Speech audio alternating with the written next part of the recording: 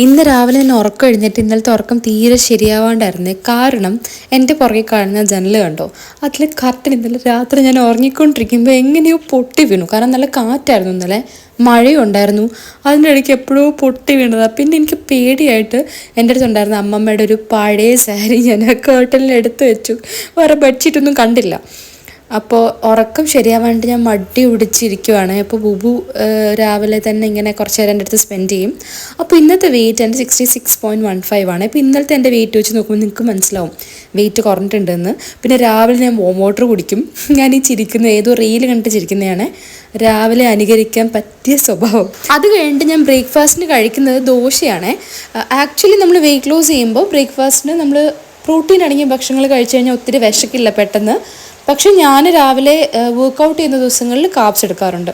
Actually ഞാൻ ഇന്ന് രാവിലെയും ഉച്ചയ്ക്ക് കുറച്ച് കാപ്സ് എടുക്കുന്നുണ്ട്. അത് കഴിഞ്ഞ് ഞാനൊരു മൂവി കണ്ടു. അത് കഴിഞ്ഞിട്ട് പിന്നെ എനിക്ക് കുറച്ച് വർക്ക് ഉണ്ടായിരുന്നു. അതൊക്കെ കഴിഞ്ഞതിന് ശേഷം ഞാനൊരു പഴം കഴിച്ചു. നല്ല വിശപ്പുണ്ടായിരുന്നു. അത് കഴിഞ്ഞ് ഞാൻ ലഞ്ച് പ്രിപ്പറേഷൻസ് ചെയ്യാൻ തുടങ്ങി.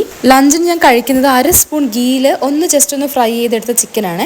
കാരണം ചിക്കനിൽ ഫാറ്റ് ഉണ്ടാവില്ല. അപ്പോൾ നമ്മൾ ഗീ ഇട്ട് കഴിഞ്ഞാൽ അതൊരു ഫാറ്റ് സോഴ്സും ആവും. പിന്നെ കുറച്ച് പ്രോബയോട്ടിക് കേർഡും ഒരു ഇച്ചിരി റൈസും കേട്ടോ. ചിക്കൻ ഒരു 150 ഗ്രാം, റൈസ് ഒരു 100 ഗ്രാമിന് താഴെ, അങ്ങനെയൊക്കെ കേട്ടോ കഴിക്കുന്നത്. വെയിറ്റ് ലോസ് ചെയ്യണമെന്ന് വിചാരിച്ച് അങ്ങനെ പ്രോപ്പർ ഒരു ഡയറ്റൊക്കെ ഫോളോ ചെയ്ത് തുടങ്ങിയതിന് ശേഷം എന്താണെന്നറിയില്ല, ഭയങ്കര വിശപ്പാണ്.